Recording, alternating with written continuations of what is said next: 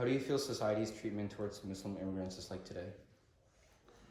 I think they look at them with suspicion and with a lot of, they don't know as much about Muslims, about what Muslims are really like, aside from what the media presents, and it's usually a negative light that media puts on Muslims. So I think they look at us with suspicion and with distrust, and they feel like somehow all Muslims are out like to do evil or to do things that are going to cause harm to society for whatever reason.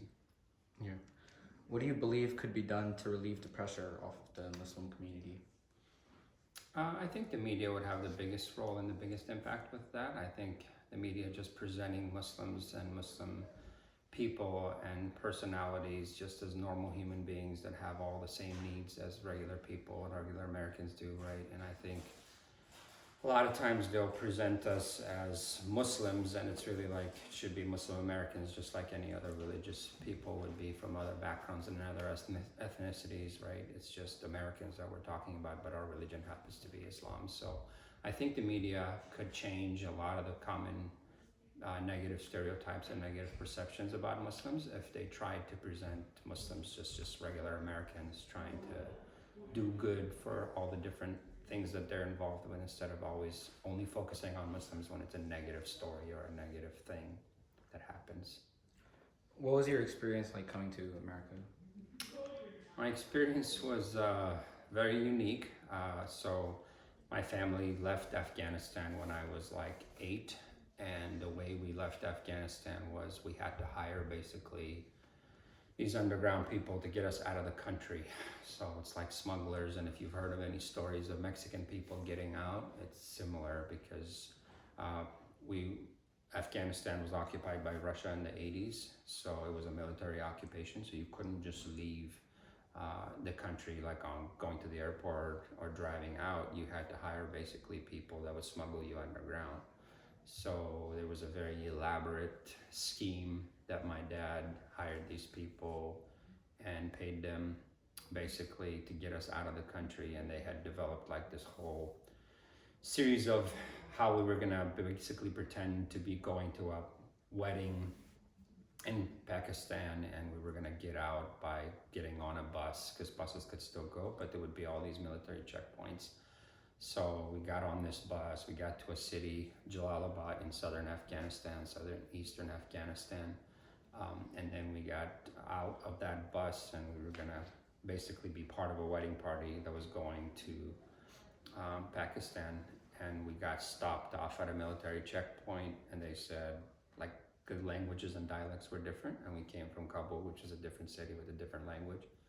So then the military people started talking to us. They realized that we were lying basically, so they turned us around at that military checkpoint, and then we had to come up with plan B, because we were only supposed to go by car.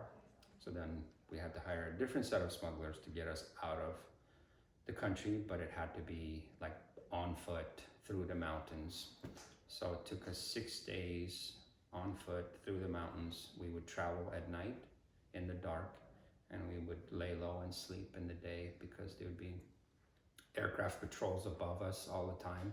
So if they saw you during the day, they would basically bomb you. So we had to like hide in different places, and just kind of took us a long time. Took us 6 days of walking through the mountains, almost starved, and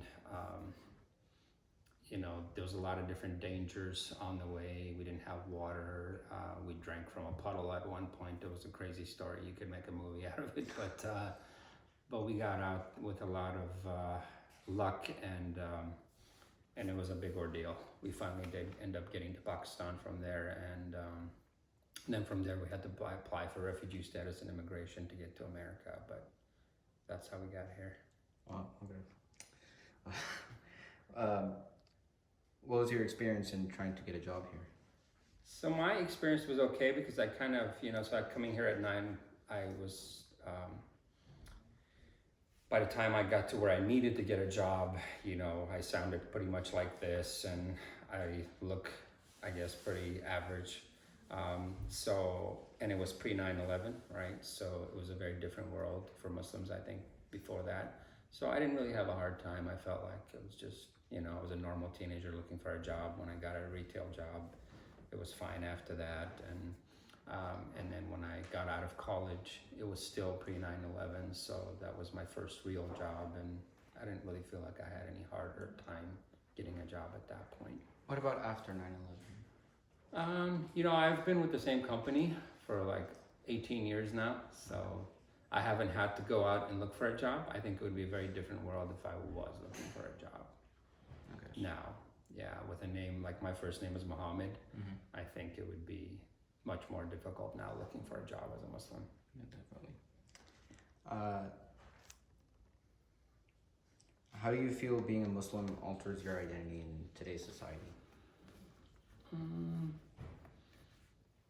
I think you notice, like, you know, people are fine with you, but then when they realize you're Muslim or they hear your name, and in my case it's very obvious, Muhammad, they kind of do a double take at times. You know, I've seen that, and especially like I work in an aerospace industry where it's all military people, and I deal with a lot of military customers.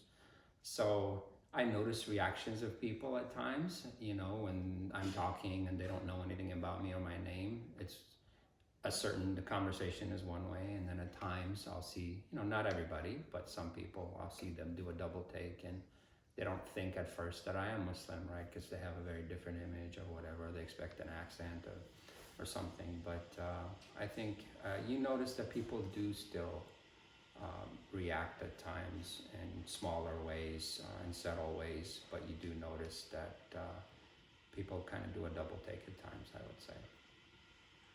How do you think the government could maybe like relieve the pressure off of the Islamic community in America? Like in whatever way possible.